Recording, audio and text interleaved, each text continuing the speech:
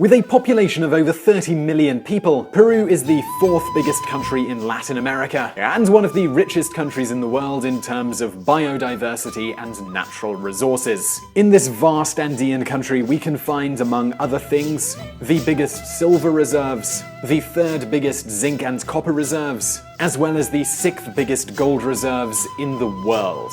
In today's video, we're going to be talking all about Peru. Escucheta VisualPolitik.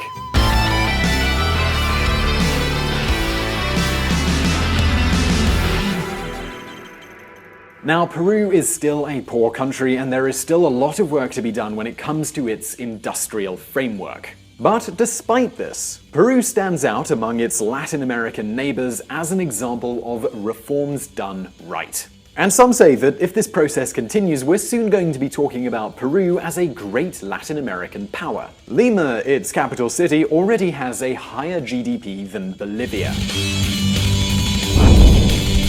Economic evolution. In the last decade, Peru has recorded the second biggest growth rate of all countries in Latin America. In the same period, its GDP has more than doubled. The investment rate has gone from 13% of GDP to 20%, and the poverty rate, this is the percentage of people who can't afford basic things like food, clothes, education, and healthcare, has dropped from rates of over 50% in the year 2000 to just 22% today. This is a reduction of more than half, which is not bad at all. Peru is a country with the highest poverty reduction rate in Latin America during the last 13 years. And hey, on top of all that, Peru is one of the least indebted countries in Latin America, and in fact is one of the least indebted in the whole world. This is due to a strong determination to use public funds responsibly. This is an achievement of Peru's previous governments, which were led by Ollanta Humala, Alan Garcia, and Alejandro Toledo. Because of these leaders, the public debt has been reduced to less than 50% since the year 2000.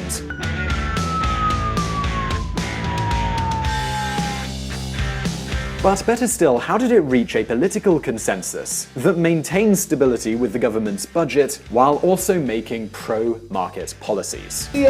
Tomamos una medida en la que el principal perjudicado va a ser el MEF, porque va a recaudar menos.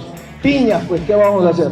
Now, this is probably one of the most interesting things about Peru, and it's also where they can teach other countries a valuable lesson. We recently made a video talking about the disaster that is Venezuela, but the interesting thing is that Peru's economic situation was pretty similar to Venezuela's in the 1980s. So let's have a look at what happened. 80s crisis.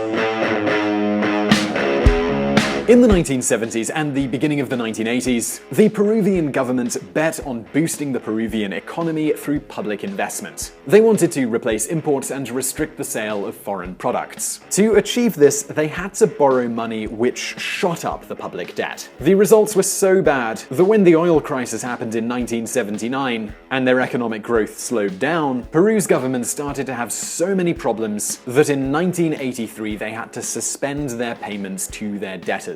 In other words, they failed to pay their debts because they ran out of money and the Peruvian government collapsed. From that moment, things went from bad to worse. And when Alan Garcia came to power in 1985, the entire country was a bit of a disaster. This is when the government started to intervene on a massive scale. They started fixing prices, and in the labor market, they reinforced the import replacement policies, which limited the number of products that were available to buy, and setting an average tariff which reached 66%. Ahora sí siento que estamos haciendo una revolución. Ahora sí siento que estamos luchando por la justicia. The public deficit went through the roof and the informal economy became the norm. So even though there were more than 100 taxes, the state simply couldn't collect them. And on top of all that, the government had collapsed, so no one wanted to lend them money. Now you might be wondering, what exactly did Peru do? Well, they started to print more money, which basically made the inti, the Peruvian currency, worth about as much as monopoly money. As if all of that wasn't enough for Peru to deal with, they also had to deal with the narco-traffic and terrorist actions by groups such as MRTA and Sendero Luminoso, which were causing tens of thousands of deaths all across the country. El MRTA ubica su centro de operaciones en la zona de la selva nororiental. y busca una alianza estratégica con las bandas de narcotraficantes. Well, what was the result of all this? Well, by the end of the decade, GDP had dropped by 25%. Further, its GDP per capita was similar to the 1960s, and inflation every year was about 7,500%. It was at this point that the World Bank recognized Peru as one of the poorest countries in the world. Año 85, ¿cuánto costaba un kilito de frijoles? 6 intis nada más. 6 intis. Ahí entró Alan, ¿eh? Usted iba con 6 intis y compraba su kilito de frijoles. Cuando terminó el Alan el año 90, ¿cuánto costaba un kilo de frijoles? 122.300 intis, un kilo de frijoles. The situation was so grave that the World Bank estimates that if this had never happened, Peru's GDP and purchasing power parity would today be similar to Italy's, Spain's, or South Korea's. No more, no less. In many ways, the crisis that Peru faced was very similar to the crisis facing Venezuela today. For example, you can see lots of public spending, plenty of taxes, lots of printing money, a drop in the price of commodities, and also plenty of violence. So when we released our video about Venezuela, many people asked what we would do to solve the problem. Well, let's have a look at what Peru did. A way to prosperity. In 1990, a strong plan of reforms and economic stabilization began. And in fact, this is the same plan that really does still exist today. It passed through the following stages. In order to slow down inflation, first of all, the inti was replaced by a new currency, the new sol. In addition to this, the dollarization of the economy was allowed, which is essentially where US dollars are used in place of a national currency. From that moment, monetary stability in the country became a national priority. The tax system was changed and greatly simplified with the elimination of 64 taxes. Further, the pension system was also reformed, and the Chilean system was used as a model, but there were also many improvements made. This is actually quite a controversial topic and something that we're going to be addressing in a future VisualPolitik video, so don't forget to subscribe. Further, an ambitious program to attract investors and privatize public utilities was put into motion. Soon, companies such as Aero Peru, Electro Lima, and the Peruvian telephone company were put into private hands. A trade openness strategy was put into place, which reduced that ridiculously high 66% tariff to something closer to 1.5%. At the same time as this happened, numerous free trade deals were signed, including very important ones with the United States as well as the European Union. Then in 2002, a gradual decentralization of power started happening. The result of this was that most public investment spending today happens with regions and municipalities. And finally, and probably the most important point, was their commitment to budgetary stability. This is something that since it was put into place, every government has respected.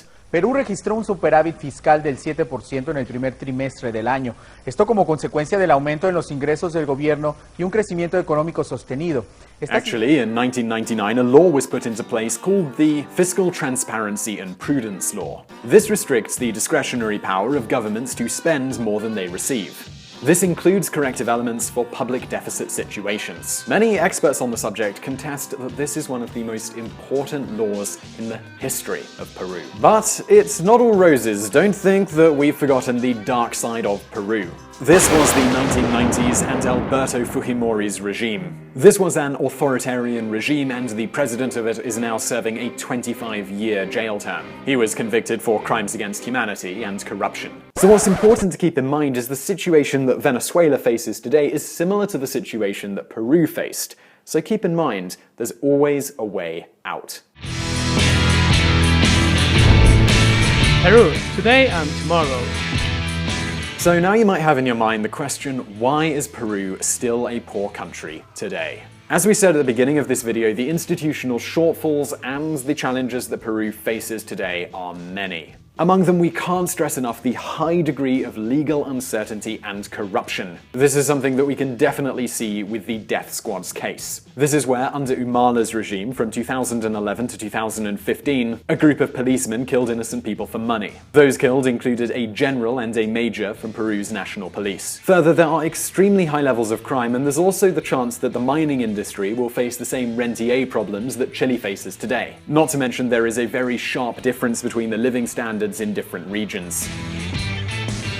On the 5th of June 2016, the second round of presidential elections were held, where Pedro Pablo Kuczynski was elected as the new president of the Republic of Peru. These elections were the closest in Peru's history, and Kuczynski beat out his rival Keiko Fujimori, who, by the way, is Alberto Fujimori's daughter. He beat her by just 40,000 votes. The policies announced by Kuczynski include to keep working on the agenda of pushing competitiveness and trade openness. In this regard, he has pledged to reduce tax by 10% for SMEs, that's small or medium-sized enterprises, as well as battle against bureaucracy, remove unnecessary regulations, and to pursue regional economic integrations, similar to the TPP or RCEP led by China.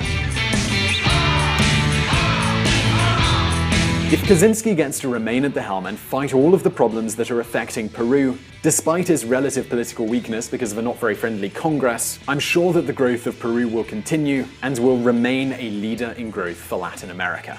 And maybe in a few years, Peru, which is a young nation with an average age of 27, could follow the example of the Asian tigers and get transformed into a major global power. So that is our opinion here at VisualPolitik, and we would love to know what you think. Will Peru be able to leave poverty behind and become an economic powerhouse? And is Kuczynski the ideal person to achieve this? Let us know your opinion in the comments below, and also if you did like this video, please do hit that like button below, and don't forget to subscribe for brand new videos every Monday and Thursday. And I'll see you next time, or as they say in Quechua, tu panam chiksama.